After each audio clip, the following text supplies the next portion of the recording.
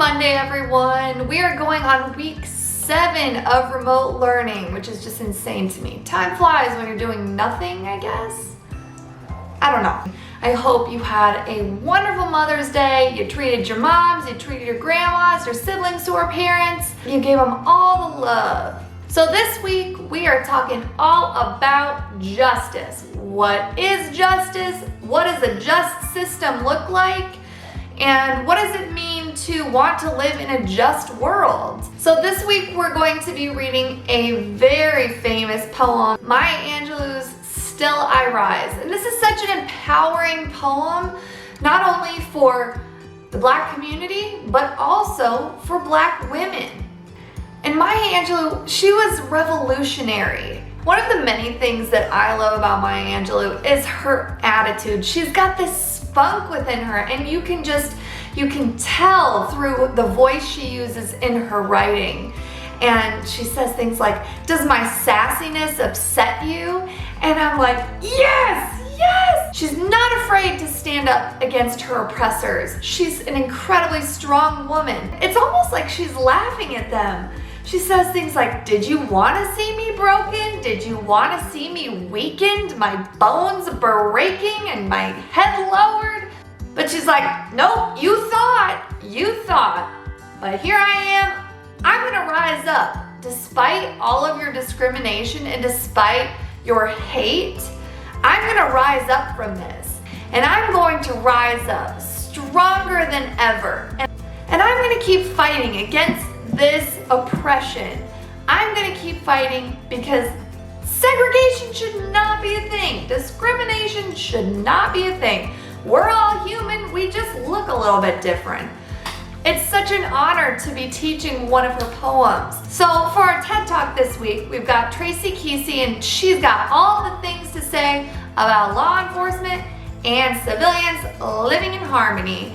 And she's actually the co-founder of the Center for Policing Equity, and she's trying to come up with all the solutions she can to make sure that police brutality is a horrible nightmare of our past. Her big message is communication, and she's all about this idea of co-production.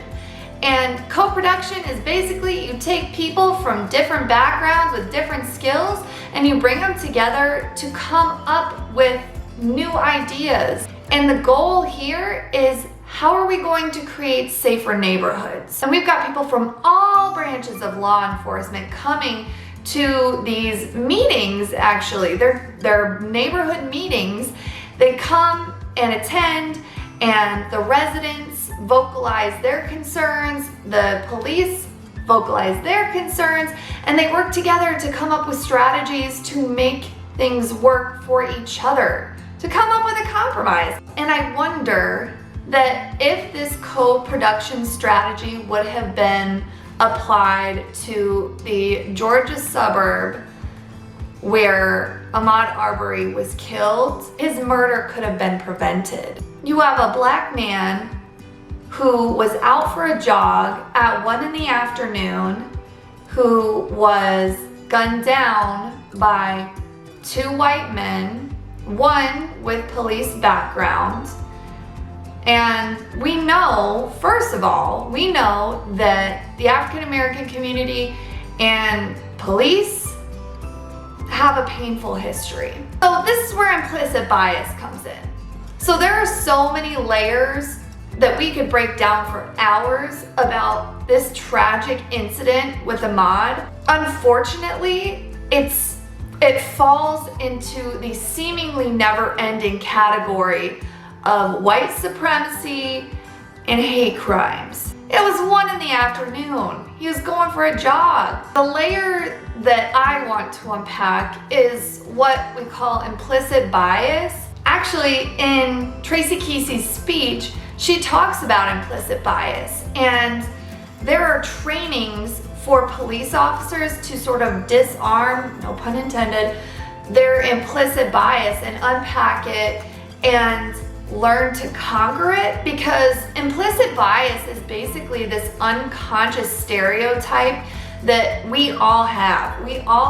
And as a member of law enforcement, you need to be able to make judgments without these preconceived notions, without the implicit bias. And it's unfortunately a narrative that we see all the time. You've got an unarmed black man gunned down by a white supremacist. At the end of the day, that's what happened. And I think what shakes me the most is that he was just out for a jog. Okay, he was just exercising. We're here cooped up in quarantine. We gotta get out of the house sometimes. I run every day, and that's how I get my fresh air and how I keep myself sane. Ahmaud was doing the same thing.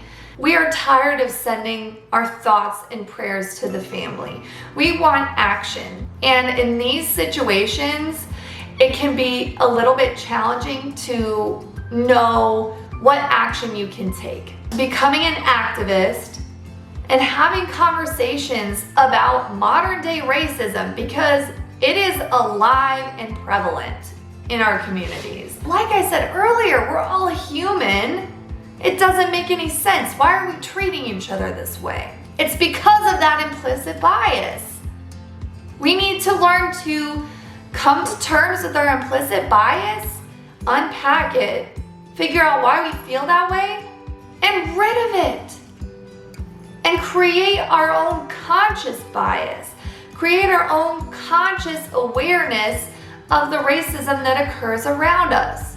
Having conversations, having healthy conversations with your friends, with your neighbors, with people around you who know a thing or two about racism. There's one man, a Florida man named Richard Dempsick.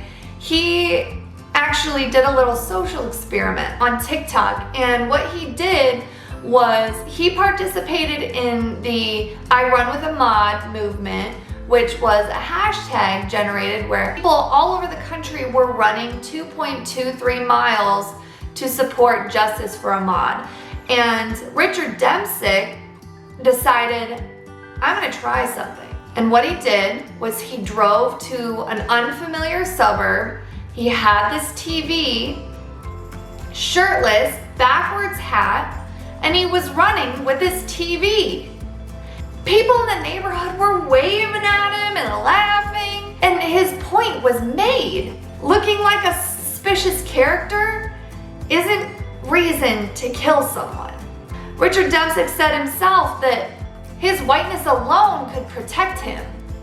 So what was Ahmaud doing wrong? So I'm gonna wrap it up with an idea that Tracie Keesee covered, and that it's important to acknowledge our history, because if we didn't acknowledge our history, then we wouldn't know the progress that we've made to get us where we are today. However, it's also crucial that we don't go back. We cannot regress. And this right here is regressing. 74 days to make any sort of charges, that's regressing. So I will link Richard Dempsick's TikTok that you can watch, as well as other articles that I've found helpful when unpacking the story of Ahmaud Arbery, as well as the TED Talk link and Still I Rise. So per usual, be smart, be safe, continue to educate yourself, and pay attention to what's going on around you in the world. The school year is almost over, guys. Hang in there. You are doing so well. Stay strong. And I'm here if you ever want to have a conversation. So I love you so much. I miss you. Bye. Same. We need a nap, huh?